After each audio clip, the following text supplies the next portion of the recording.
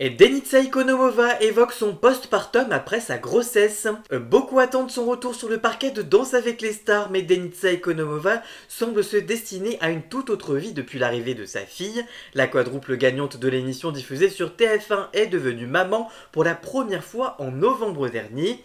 Un heureux événement partagé par son compagnon, bien connu des téléspectateurs lui aussi, puisqu'il s'agit de François Allu. Ce mercredi 13 août, la chorégraphe de 38 ans est mise à l'honneur par le média Lou.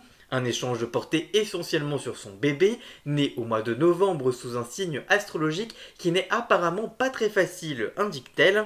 La maman remarque d'ailleurs qu'elle a déjà un peu son caractère du haut de ses 8 mois et que la maternité est une expérience auquel on n'est jamais assez préparé.